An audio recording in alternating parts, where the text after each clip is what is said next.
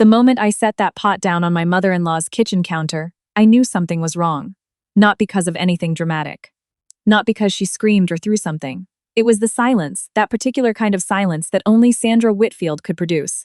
The kind that filled a room the way cold air fills a car in January. Slow, deliberate, and impossible to ignore. I had been up since 5 that morning. Let me back up, because if I'm going to tell this story, I want you to understand what 5 in the morning on a Saturday in October means. It means I was still half asleep when I started peeling potatoes. It means my husband, Kevin, was snoring upstairs while I was already on my second cup of coffee, standing barefoot on cold kitchen tile, making a from-scratch potato salad that his mother had specifically requested I bring to her annual fall dinner. Every year, Sandra hosted what she called her harvest table, a dinner for immediate family that she treated like a catered event for 40. The table had to be set a certain way, the serving dishes had to match, and every dish that came from an outside kitchen, meaning mine, had to meet a standard that she'd never once put into writing, because the whole point was that you could never actually meet it. I had been married to Kevin for 6 years. In those 6 years, I had learned a few things about his mother. She grew up in a small town in Ohio, moved to Charlotte when she married Kevin's father, and had spent the better part of 3 decades cultivating the image of a woman who did things right. Her house was always clean, her yard was always trimmed, and her daughters-in-law were always, somehow, falling a little short. Kevin's brother Ryan had married a woman named Claire who made the mistake of bringing store-bought rolls to the first harvest dinner she attended. Sandra had not forgotten. 7 years later, she still occasionally mentioned it. Not loudly, not cruelly, just mentioned it. The way you mention weather. I had never made that mistake. Every year, I cooked from scratch. Every year, I brought something I had genuinely put effort into. And every year, Sandra found something. Some small, quiet thing to note. Last year, it was the seasoning. "It's good," she'd said, in that tone that meant it wasn't. Just a little flat for my taste. The year before that, it was the presentation. "You know, it looks lovely, but a garnish would have really made it pop." So this year, I decided I was going to be perfect. I was going to make my grandmother's potato salad. The one my mother taught me. The one with the whole grain mustard and the fresh dill and the hard-boiled eggs cut just so. And I was going to bring it in a beautiful white ceramic serving bowl that I had specifically bought for this occasion. I was going to arrive early. I was going to smile. And I was going to leave that woman without a single thing to say. I had the potato salad finished by 9. I had the bowl wrapped and in the car by 10:30.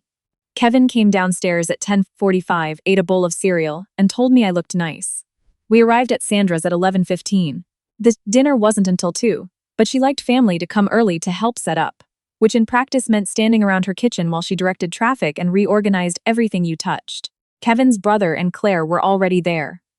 Claire gave me a look that I recognized. The particular expression of a woman who has been awake since before dawn and is holding it together with pure willpower and politeness. We understood each other, Claire and I, in the way that people understand each other when they've survived the same weather patterns. I carried my bowl in from the car myself. It was heavy. I'd made enough for 12 people, even though there were only 8 of us. And I set it on the kitchen counter with both hands carefully and looked up. Sandra was standing at the stove. She turned, looked at the bowl, looked at me, and then looked back at the bowl.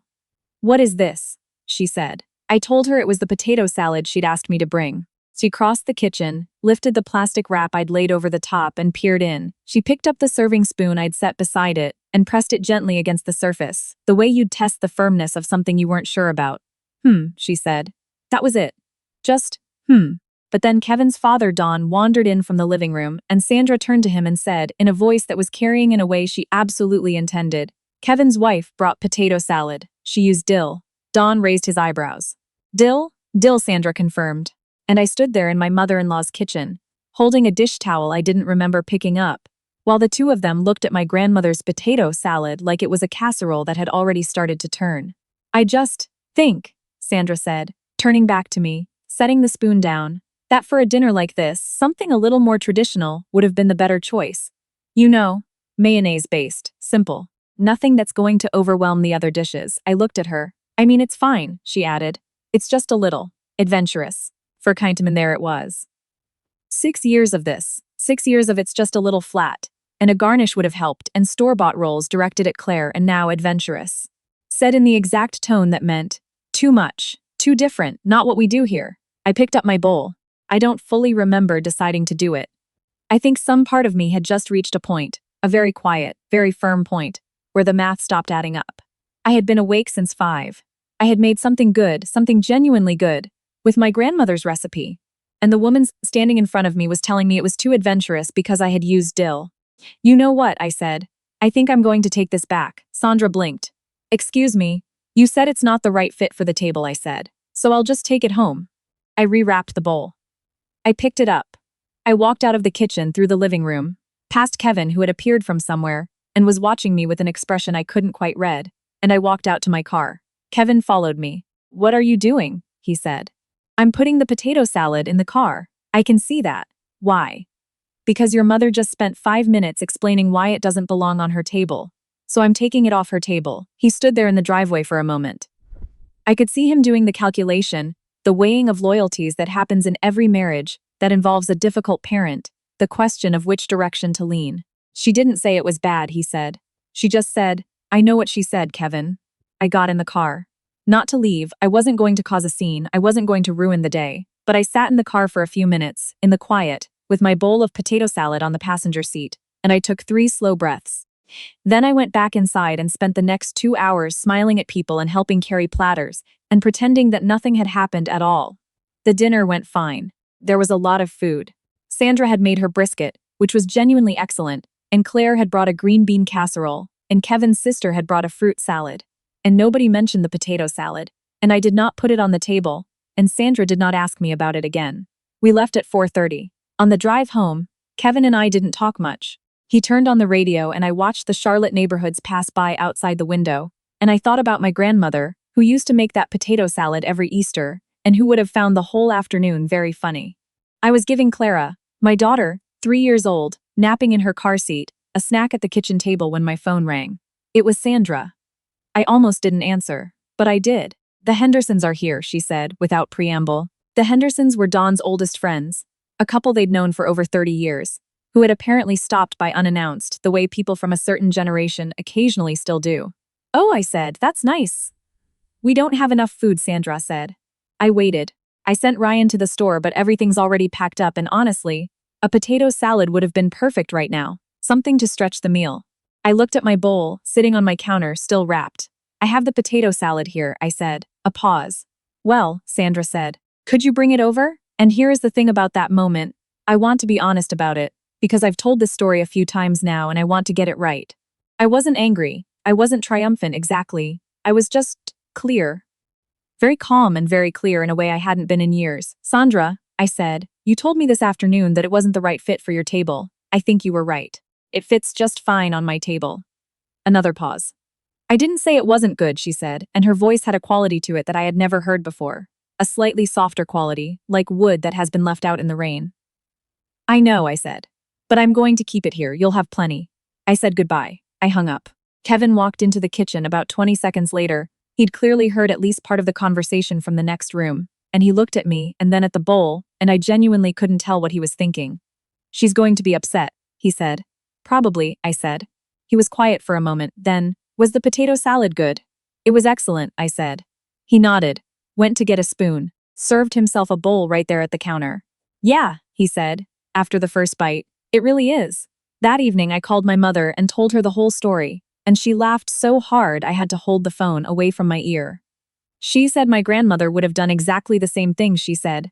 Your grandmother once threw a pie off a porch because someone told her the crust was too thick. I believed it.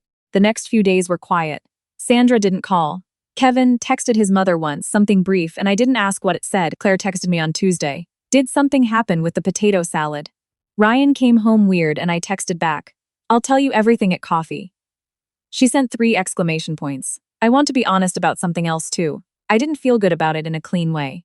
It wasn't the satisfying movie moment where the strings swell and everyone learns their lesson. It was messier than that.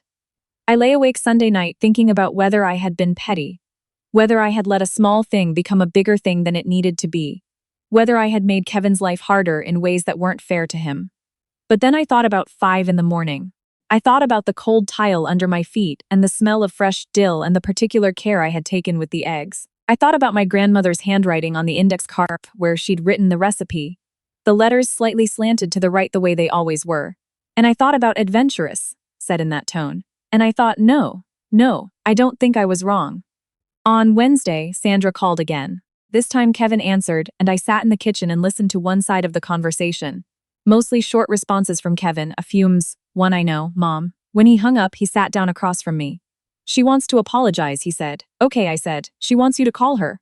I thought about that. I'll think about it, I said. He nodded.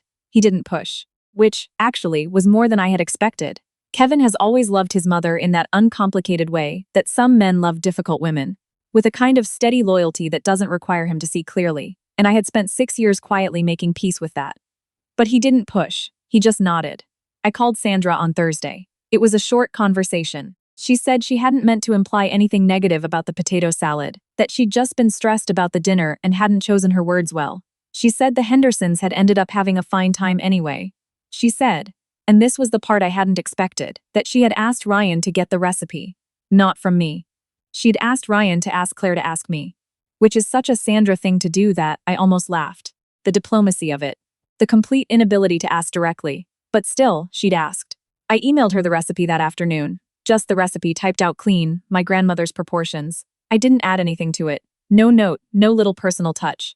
I wasn't ready for personal touches yet. The thing is, I'm not sure the dynamic has changed. I don't think one afternoon in October is going to fundamentally alter who Sandra Whitfield is, or how she moves through a room. She is who she is. A woman who spent decades arranging everything just so, who has her own long history of loss and effort and pride that I will probably never fully know. I am who I am, which is someone who woke up at 5 on a Saturday to make something with care, and didn't deserve to have it called adventurous in that particular voice. But something shifted. Not a lot.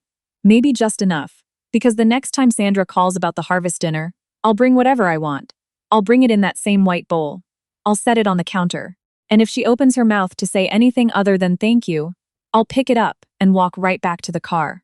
Clara already calls it Mama's salad. She asks for it at least once a week. My grandmother would have gotten such a kick out of this whole thing. I keep the recipe card in the kitchen drawer, just where it's always been. Slightly water-stained, letters slanting right. Her name in the corner, in the small, neat handwriting of a woman who knew exactly what she was doing.